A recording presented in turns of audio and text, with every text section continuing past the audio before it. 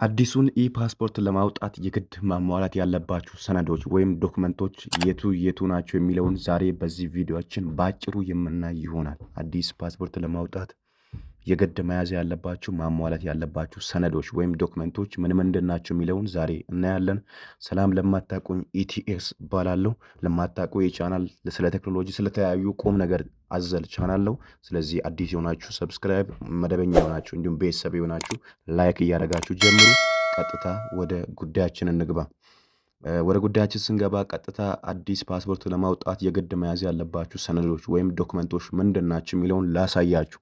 ቀጥታ ወደ ቴሌግራሜ ቻናል ልግባ። ቴሌግራሜን ኤክሶደስ ቴክ ስኩል ይባላል። ቴሌግራም ላይ ገብታችሁ ይበልጥ ቁም ነገር ማግኘት ትችላላችሁ። ኤክሶደስ ቴክ ስኩል ይባላል ማለት ነው። ገብታችሁ የተለያየ ቁም ነገር አዘል ትምህርቶችን ማግኘት ትችላላችሁ። የራሳችን ይፋዊ ቴሌግራም አካውንት ነው ማለት ነው። ገብታችሁ ሰብስክራይብ ብታደርጉት ይበልጥ የተለያዩ ነገሮች የምታገኙበት ነው ማለት ነው። ዛሬ ቀጥታ ወደ ቁም ነገራችን ስንገባ ምንድነው አዲስ ፓስፖርት ለማውጣት የግድ ማሟላት ያለባችሁ ሰነዶች ምንድን ናቸው የሚለውን ስናይ እነሱንም ምንድን ናቸው የሚለውን ወጥቼ ላሳያችሁ። እዚህ ጋር እንደምትመለከቱት ከሆነ አዲስ ፓስፖርት ለማውጣት የግድ ማሟላት ያለባችሁ የመጀመሪያው የታደሰ የቀበሌ መታወቂያ ነው። የታደሰ የቀበሌ መታወቂያ ዘሴም ነው፣ በጣም ያስፈልጋል ማለት ነው። እሱ ግዴታ ነው። ሁለተኛው ደግሞ የልደት ካርድ ነው። የልደት ካርድ ማውጣት የግድ ያስፈልጋል። አዲስ ፓስፖርቱን ለማመልከት ወይም ቀጠሮ ለማስያዝ የሚያስፈልጓችሁ ሰነዶች እነዚህ ናቸው። የመጀመሪያው የቀበሌ መታወቂያ፣ የታደሰ የቀበሌ መታወቂያ ያስፈልጋችኋል።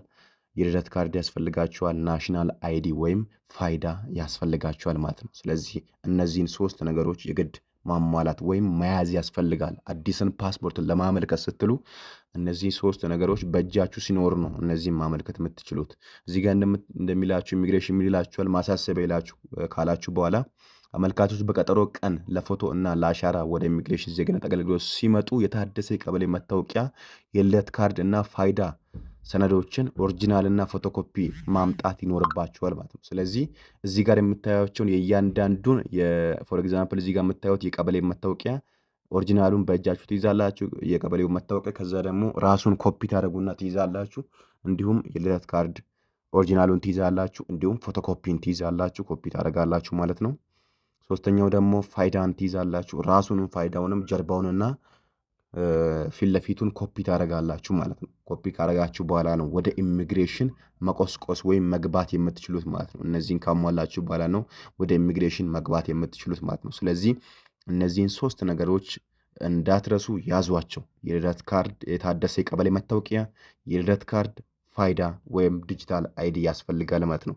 ስለዚህ እንዴት ነው የምትመዘገቡት የሚለውን እዚች ጋር እንደምታዩት ሊንክ አለ። www.immigration.gov.et ላይ ገብታችሁ ማመልከት ትችላላችሁ። እንዴት አድርጋችሁ እነዚህን ሰነዶች ካሟላችሁ በኋላ ነው የምታሟሉት። እነዚህ ሰነዶችን ካሟላችሁ በኋላ ነው፣ ሶስቱንም ሰነድ ካሟላችሁ በኋላ ነው ማመልከት የምትችሉት ማለት ነው። ስለዚህ ሶስቱንም ሰነድ ከያዛችሁ በኋላ ካሟላችሁ በኋላ በቻናላችን ላይ ኤክሶደስ ቴክ ስኩል ቻናል ላይ አዲስ ፓስፖርት፣ መደበኛ ፓስፖርት፣ የጠፋ ፓስፖርት እንዴት አድርጋችሁ ማመልከት እንደምትችሉ የሰራንላችሁ ቪዲዮ አለ። ገብታችሁ ብታዩ በነፃ ለማንም ደላላ ለየትኛውም ሰው ብር ሳትከፍሉ ማመልከት ትችላላችሁ ማለት ነው።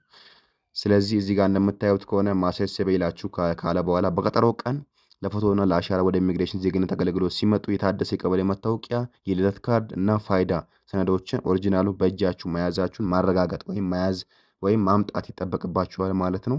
ስለዚህ የክፍያ ሜተዱም ደግሞ የምታደርጉት በሶስቱም መንገድ ነው። በቴሌብር፣ በሲቢ ብር እንዲሁም በሞባይል አፕሊኬሽን ነው ማለት ነው ክፍያችሁን የምትፈጽሙት ማለት ነው። ከነዚህ ውጪ የምትፈጽሙት የፔመንት ሜተድ የለም። ክፍያ ማለት ስታመለክቱ ነው። ወይም አንድ ኮምፒውተር ቤት ወስዳችሁ ሙላልኝ ወይም ቀጠሮ አስይዝልኝ ስትሉት ለመጀመሪያ ወይም ለአዲስ ፓስፖርት 5000 ብር ነው የሚቀበላችሁ። ወይም እሱ ግን የሚላችሁ 6000 ሊቀበል ይችላል፣ 7000 ሊቀበል ይችላል። ኢሚግሬሽን ግን የሚቀበላችሁ ስንት ነው? 5000 ብር የኢትዮጵያ ብር ነው የሚቀበላችሁ።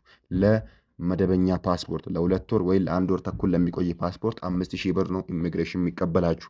ለ5 ቀን አስቸኳይ ከሆነ ደግሞ 20000 ብር፣ ለ2 ቀን አስቸኳይ ፓስፖርት ከፈለጋችሁ ደግሞ 25000 ብር ነው ኢሚግሬሽን የሚቀበላችሁ ማለት ነው። ስለዚህ አዲስ ፓስፖርት ለማውጣት የግድ ማሟላት የሚገባችሁ ሰነዶች የታደሰ የቀበሌ መታወቂያ፣ የልደት ካርድ እንዲሁም ኦሪጂናል ናሽናል አይዲ የግድ ያስፈልጋችኋል ማለት ነው። እነዚህን ሶስት ነገሮችን በጥብቅ ለምታውቋቸው እንዲሁም ለጓደኞቻችሁ በመንገር እነዚህን 3 ነገሮችን የግድ ሳታሟሉ ኢሚግሬሽን ጋር መሄድም መልፋትም የግድ አያስፈልግባችሁም ማለት ነው።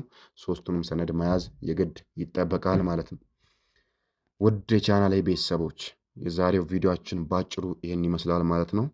ስለዚህ እነዚህን 3 ሰነዶችን በመያዝ ወደ ኢሚግሬሽን በመግባት ትክክለኛው የኢሚግሬሽን ዌብሳይት ላይ በመግባት www.immigration.gov.et ላይ ገብታችሁ ማመልከትና መመዝገብ እንዲሁም ቀጠሮ ማስያዝ ትችላላችሁ። ብዙ ስለ ኢሚግሬሽን ጉዳይ የሰራንላችሁ ቪዲዮ አለ ኤክሶደስ ቴክ ስኩል ላይ በቻናላችን ላይ ገብታችሁ ተመልከቱ።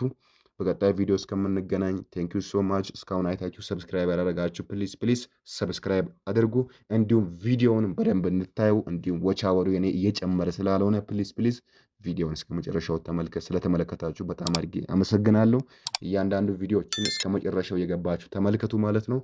ቴንክ ዩ ሶ ማች። ይመቻችሁ።